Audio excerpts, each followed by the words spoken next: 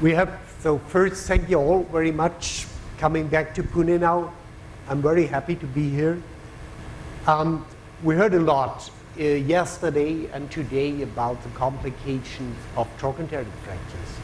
I think most of the things have been said already, but anyway, I would like to point out to some very crucial aspects around the trochanteric fractures. First, just who doesn't know about my history, I've been in the University of Leipzig in Germany for 11 years, moved from there to Frankfurt. This is the Northwest Hospital, where I was a chief of trauma. And from there, I went to the Black Forest area in Lahr, which is close to Strasbourg and Freiburg, where I'm practicing now. But let's start with the clinical examples. And this is just a very common one, a 70-year-old man, a fall during garden work. This is the type of fracture, a very common trochanteric fracture.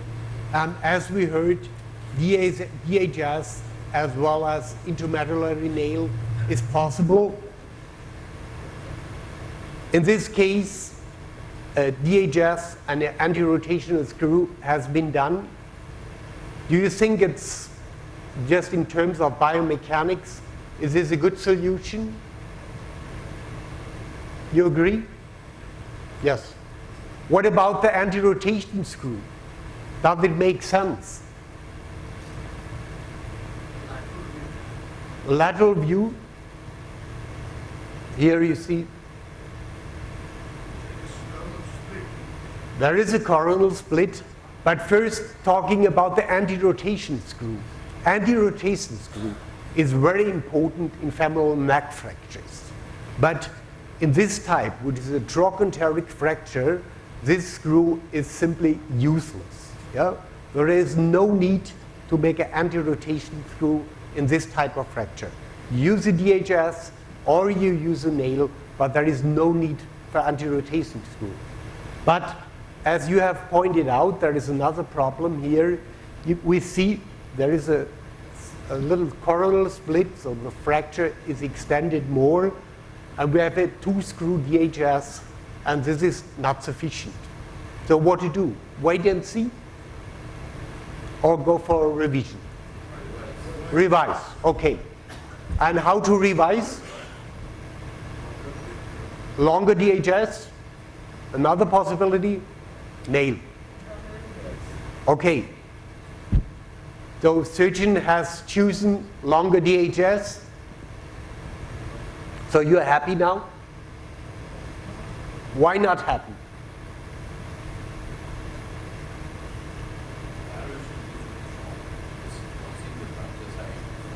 What is short? The barrel is crossing the fracture site, yeah? Whether there is a lateral wall comminution, yeah? So let's see what happens. This is the healing. So fracture has healed, but we have a severe shortening of the femoral neck. And this is quite common if we use DHS in such type of fractures. And this, in my point of view, nailing is really the better biomechanical solution if we have fracture types where on one side we have no contact of the calcar to the medial cortex, and on the other side the lateral wall comminution, which leads up to a high degree of telescoping. Another case, very similar, also a man, similar type of fracture. And again, DHS has been used. This is a lateral. You are happy? No, why not? It's collapsing, yeah. But this was strange because I couldn't understand it. Collapsing happened to a certain degree, but in this case, I saw a non-union. And non-union is pretty common in femoral neck fracture. But in a trochanteric fracture, a non-union like that is uncommon. I cannot tell you why it happened, because you see, it's quite a good biological reaction around. But anyway, it ended up in a non-union. And this is an X-ray after 6 months. So he was walking, but it was painful. All the time, he put full weight on his leg. It was painful. So in this case, because he wanted a definitive surgery, we went to hemiarthroplasty, and after that it was happy. And basically also, we could reconstruct the offset again, and the length of the femoral neck is easier to get when you go for arthroplasty in terms of maybe go for revision by a nail. There are other problems we have to be aware. When we have long nails, pretty long nails, they are called short nails, but anyway the shaft is pretty long, you may have problems with the tip of the nail, because it touches the anterior cortex, and it even may cause additional fracture. You cannot see it here because the scale is wrong. This is an old PFM, but it's better using nails, even the short nails, if they have a certain anti-curvature, like ZNN, for example, because you don't have that stress riser at the tip of the nail. So better use nails, even short nails, with the anti-curvature, which prevents the stress riser at the end of the nail. Another quite unstable type of fracture, though I think most of us, as we heard from the former talks now, we will go for nailing here. Now there is a question I cannot answer yet. Yeah? And even now watching about the presentations of Shushut Babulka, or also the last one of Dr. Kataka, what about this greater trochanter fragment? Yeah? Because I saw in your presentation you put some cerclage wires around just to get more stability, because when we think at this place the gluteus medius is attached to the bone, though the muscle pulls it quite high. And from the very beginning, gamma nail came up to the market, which was in the mid, even in the early 90s. I could not understand why a nail can work without fixing the greater trochanter fragment. Until now, more than 20 years later, I'm not able to answer the question.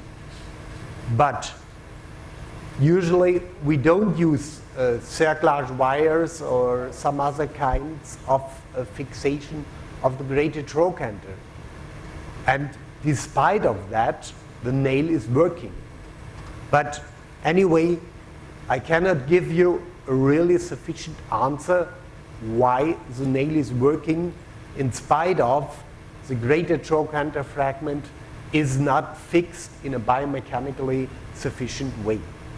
So this question is still open, and we can discuss a lot about it, but at least to my understanding, there is no sufficient answer to that question. Because as you see over here, these muscle forces are there. But anyway, in most of the cases, the nail is working. But let's go back to malreduction, because this is the most important factor which leads to bad results, which leads to implant failures. Here you see, this is a case of malreduction you cannot believe. Seeing, I think no surgeon should leave an OR with an X-ray like that. But there is one good thing on that example, because malreduction was so bad in this case that it was very easy to fix it, make a good reduction, and you can drill a new hole in a totally different position, which allows to use a nail. You don't need to go for a THR in this case, because you have sufficient good hold and good grip in the head of the femur. Another case, very simple type of fracture, a stable type of fracture. Here a nail has been used. Anything wrong? It's varus malreduction. Yeah? We have pointed that out yesterday already. The problem in this case, in this type of fracture, in many cases, is that you insert the nail through the fracture site, which basically is not wrong. But you have to be aware that the nail doesn't obstacle the greater trochanter fragment, and it's not allowed to go into its anatomic position. Though in reduction, you have to be really very meticulous about that. Make the entry hole a little more medial. Don't go to the piriformis fossa.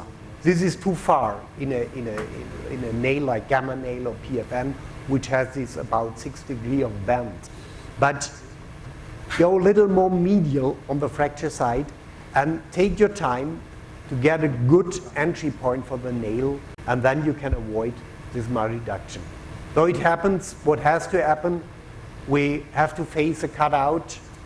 In this case, afterwards, hemiarthroplasty had to be done. Positioning, I think most of the cases of intertrochanteric fracture we do on the fracture table. We will have the live surgery afterwards, and we had a discussion in the beginning about using fracture table or non-fracture table, going lateral position or use supine position.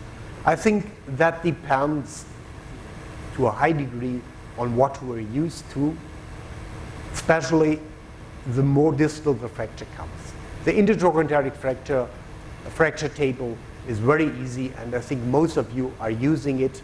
For the subtroch and the combined fracture, do what you feel better to. They have both methods have their advantages and disadvantages. Just like hooks, spike pushers, certain reduction clamps are always helpful. And whenever you don't achieve a very good reduction in a closed manner, go at least for a mini open reduction. Because reduction is the most important factor to get a good result. It doesn't matter if your cut is maybe 4 centimeters more or less, but it does matter if reduction is not really sufficient. And I want to give you another point, which in my point of view is very important, and this is the rotation of the head and neck fragment. You see over here, it's also a subtroch fracture, and you see this spike. This spike is the end of the calcar. And you see over here, when we watch the AP view, I think we say, okay, it's a good reduction, it should work. But looking, if you have a good lateral, you see over here this spike. This spike is the end of the calcar. And that means we have a malrotation in the axis of the femoral neck of about 45 degrees. And this is also a kind of malreduction which leads especially to bad functional result also in younger patients. Usually this fracture will heal. So maybe you say fracture has healed, everything should be fine. But especially younger patients, they complain, and they complain even after 2 years or later. And reason for that, in many cases, is a malreduction of the head and neck fragment. And the last clinical example I want to show you, this was a young lady. She was fixed on a holiday resort in Mallorca. And as we see over here, it's a very bad reduction. And here also, this mal reduction is a major problem.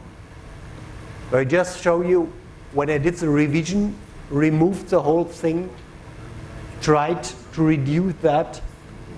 And you see over here, one point, the entry point, it's on the tip of trochanter, but a little more medial, and especially when you go in these revision cases. You have only one chance to get a good entry point. So really take your time to get the ideal entry point, check it in the AP view, but also check it in the lateral. And you see over here, on the lateral, you see this is the canal for the entry point. And in the beginning, it doesn't match to the femoral shaft at all. But and the reason is, the calcar is over here. And this has to come down over there. So first do the entry point. Then, in this case, even reaming was required because she had a narrow intramedullary canal. And then introduction of the nail. And still you see the nail is in here, but still the rotation is not correct. Here is a calcar, and here is a medial shaft. So what to do? Take your reduction clamp and derotate it. As long as you see over here, now it's perfect. Now the calcar fits to the medial cortex, and then you start inserting your 1 or 2 femoral neck screws. In this case, I did an old PFN. You get a very good reduction. And here you see after the end of surgery, again, the calcar is really at the medial side. And this is the most important factor to get a good result. In long nails, I don't want to talk about that because this is a case very similar to the one we do right now.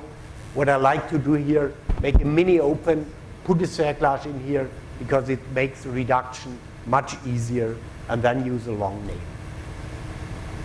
So, to conclude, positioning on the table must allow a very good X-ray of head and neck as well as of the shaft in both planes. So take your time before starting surgery to check that you have a really good X-ray intraoperatively, and also take your time to get the correct entry point at the tip of the trochanter, not too far dorsally and not too far lateral. Avoid this malrotation of the head and neck fragment, and before everything, no compromise in reduction. And your correct implant choice, and the more unstable a fracture is, the better the intramedullary implant is in comparison to a DHS. Thank you very much.